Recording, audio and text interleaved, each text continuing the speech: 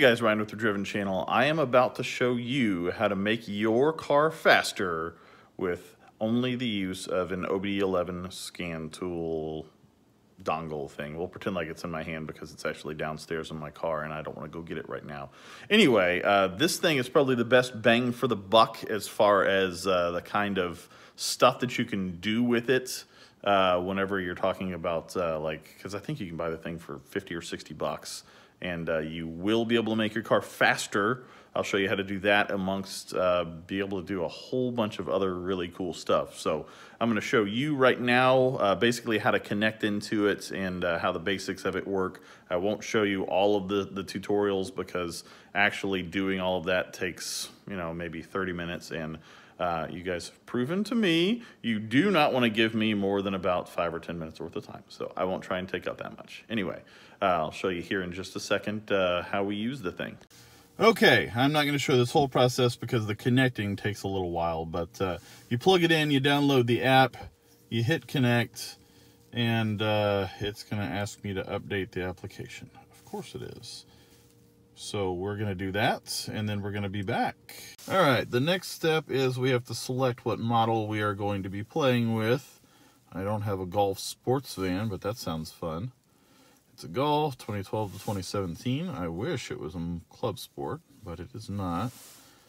So we're going to select GTI, and mine is a 5-door. Then we hit OK. Now it's going to connect. Now, anybody who's ever used one of these before can tell you sometimes this takes a little while, so we're lucky it didn't take too long this time. There are different ways to do this. You can do long coding, which takes a lot longer, or you can just go through like I'm going to do, hit that, and then actually go through, hit car, and then you can hit the different apps that you can do. So I'm going to hit apps, and it shows all of the quick coding stuff that you can do. Now, I'm not going to go through each individual item on this. What I will do is at the end of this video, I'm going to go through and show you all of the differences that I made to the car so that you can see what you can do. Basically, in this, you basically buy credits. And with those credits, you can update things like, you know, different taillight settings and things like that. So we are going to do that right now, and then I will be back and I will show you what we've done and what differences we made. Okay, so the first thing that I changed is something that I had on my last car that I really loved, and that's the ability to roll down and roll up the windows with my key, which I think is awesome. Anyway, so I just did that. I'll show you how it works. You push and you hold the unlock button. Please don't make fun of how dirty my car is. All of the windows roll down and the sunroof vents, and to close it, you push and hold the lock button. All of the windows roll back up, just like that. Okay, so the next thing is that I have the heated seat now set to where it remembers its setting from before when you shut the car off. I'm not really going to show you that because it's not anything fancy, but I think it's really nice that if I thought it was cold enough to leave my heated seat on whenever I left the car, whenever I come back to the car and start it up, it's going to turn on automatically. A lot of cars do that. Volkswagens didn't do it from the factory, but now it does. After that, I did a couple of things that aren't like super awesome. I turned the sound actor off. A lot of people just unplug them and take it out. That's kind of a pain in the butt. You can actually go through and code it and turn it off. The sound actor, for those that don't know, is a fake sound module like a lot of BMWs and modern German cars are putting in, that literally pumps in the sound of a 5-cylinder engine, not even a 4-cylinder engine, into the cabin to make it sound sportier. But at this point, with my exhaust system, I couldn't hear it anyway. May as well turn it off, so I turned it off. Also, I turned off the seat belt indicator. You know, I know that's a safety thing. I always wear my seat belts, but if anybody hops in my car and doesn't want to put their seatbelt on, I find that alarm super annoying. I hate that in every single car, and I wish it would go away.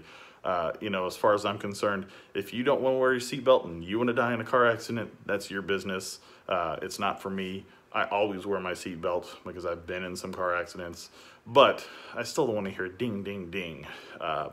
Nor do I want to see the light flash in my face. So that is the next thing. The next couple of things are going to be a little bit more exciting, so I'll show you those here in just a second. Okay, again, don't give me too much crap. It's the middle of winter. My car is filthy dirty, but as we can see, it's kind of blowing out the camera, but my DRLUs are on my fancy new headlights. But one of the things that I always hate about this kind of setup is that when you turn your turn signal on, it turns it off and it makes it look like you got a bulb out. Well, now I've got it set to where it just dims it to where you can still see the turn signal flashing bright and clear, but at least that U thing is still on, so it doesn't look like it's burnt out. So with that, I'm going to go in the car here real quick. We're going to turn that turn signal off because I'm going to show you what it looks like now. And I had this again on my last car, and I loved it. My favorite thing, and I know it's ricey, they're urban jokes. So basically it makes it to where the lights flash sequential like a Mustang or something along those lines. But I got the hazards on so that you can see that. But I love this feature. I've loved it on my last one. But the next feature is even better. And that comes on when I'm driving. And it's what actually makes the car faster. So hang on just a second, we'll get back in the car, get out on the road, and we'll do a quick run on that. Okay, so for this, I had to get in the car and come to a top secret filming location. So what I've done is I've completely defeated traction control. Now, on mine, I set it up to where I still have the stability control come on automatically whenever you start the car. But if I push the button once, it goes into sport mode, which is the least intrusive version of the ESC system. But if I turn it back on and then push and hold, it dings and it turns stability control completely off. Now, this is the fun part because whenever stability control is completely off, it allows you to do fun stuff like shift it into sport, engage your launch control, and actually spin your tires. Whoa! So some people might say that whenever you're spinning your tires, you're not actually going faster, but what they don't understand is how intrusive Volkswagen's factory ESC system is. And in no mode does it allow you to spin your tires fast enough to actually get going. So I know I would actually be willing to bet money if anybody out there wants to line up an identically modified IS38 Mark 7 GTI that has the factory stability control still on it to this car. I guarantee you this car is faster now that I've killed the traction control.